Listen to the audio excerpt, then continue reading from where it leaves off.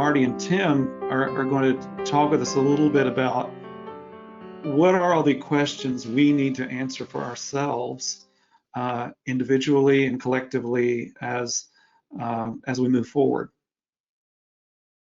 You heard from Molly and Tom, lots of questions that you could be asking your singers, your artistic directors, the choir directors, the boards. I mean, all these various sub-communities within the singing community to get direction.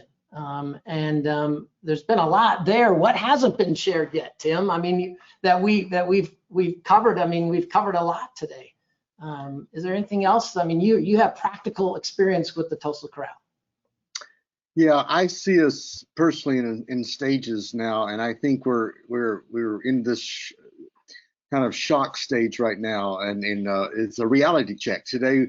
I think we're all going to enter a period in the next 2 or 3 months. It won't be chaotic, but it's going to be a discovery period, and that period is going to be, I think, for all of us is what Molly was just speaking to, and Tom, and that is what can we do? We're a little depressed right now. I mean, I know collectively, I feel it. I feel the zeitgeist that we're feeling this depression because of what we can't do. But the question next, what can we do, is that Molly was just speaking to, and Tom. I think that's where we want to turn next. What is it that we can do?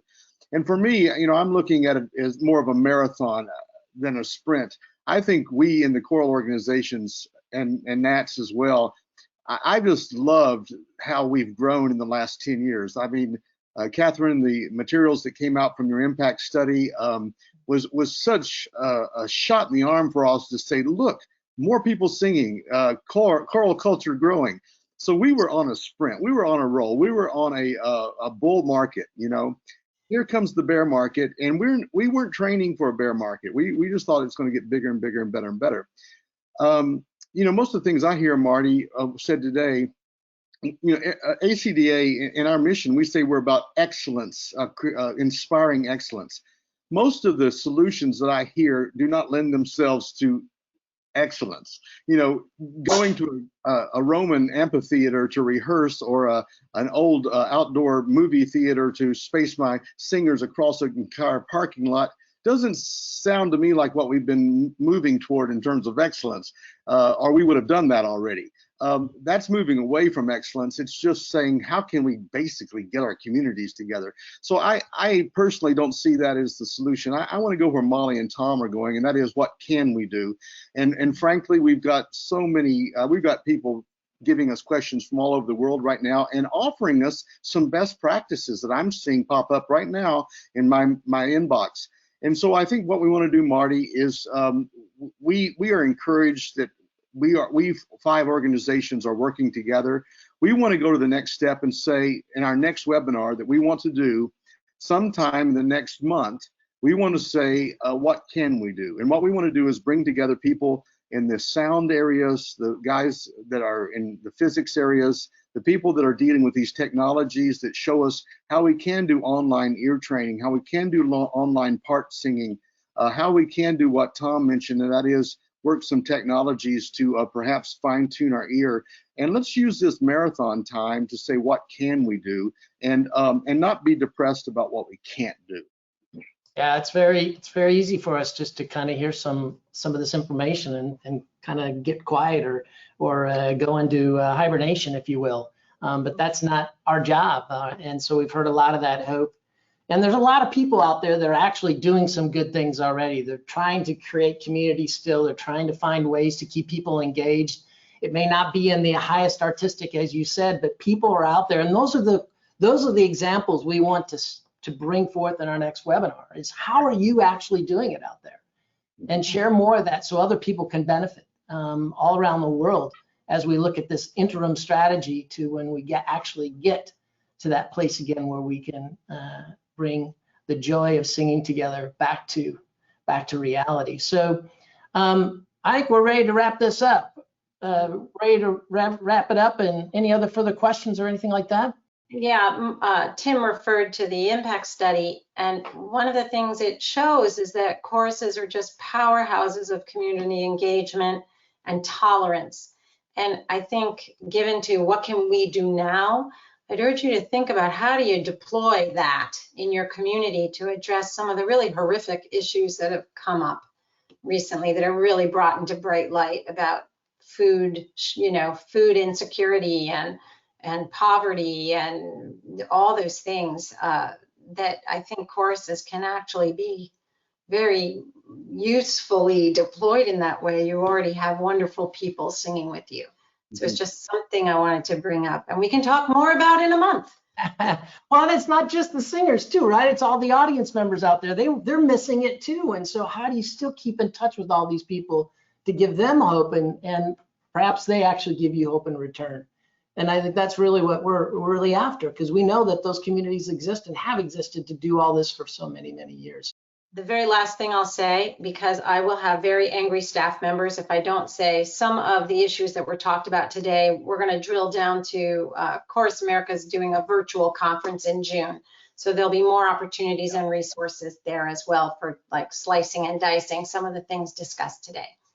Also, NATS is having a virtual conference at the end of June, and we're going to be doing the same thing and dealing with some of the contemporary issues that we've faced. Adding new content to our conference that we hadn't envisioned a year ago when we planned the conference. And so I think we're going to be seeing a lot of content from all of our organizations, really there as acts of service to our greater community. And it's going to really be important for us to move together, as unified as we can as a community. We are already, as we've discussed, while the shutdown was rather quick and unified, the opening up that we're seeing of communities and states and municipalities is quite varied and will continue to be quite varied. And so there are going to be multiple solutions that all our constituency is going to have to deal with, and what is appropriate in one part of the country may not be right yet in another part, and that's where we're going to rely on those who are informed through this webinar and other resources that we can provide to do exactly what Molly said, and is bring clarity to the situations that we are in independently. I know that many of our members were taking notes and trying to find out every possible way they could still get in that room with each other. They were envisioning this DreamWorks choral rehearsal room with UV ceilings, with fans, with the exact kind of filtration systems. They had the spacing. They're probably right now in the room getting what 2 meters looks like, or 1 meter, whatever 6 feet looks like. They're doing everything they can do because they missed it so badly. But I'm going to say, as a person that dealt with somebody that had to be in the hospital, you don't want to go to this. You don't want to take this risk, folks. You don't want to be facing oxygen tanks and be responsible for somebody else that had to go to the hospital and be there for a week. So it's not a sacrifice that we really are going to be able to overlook, that we should try to make for choral singing. We've got to realize that we need the marathon. We need to live to fight another day.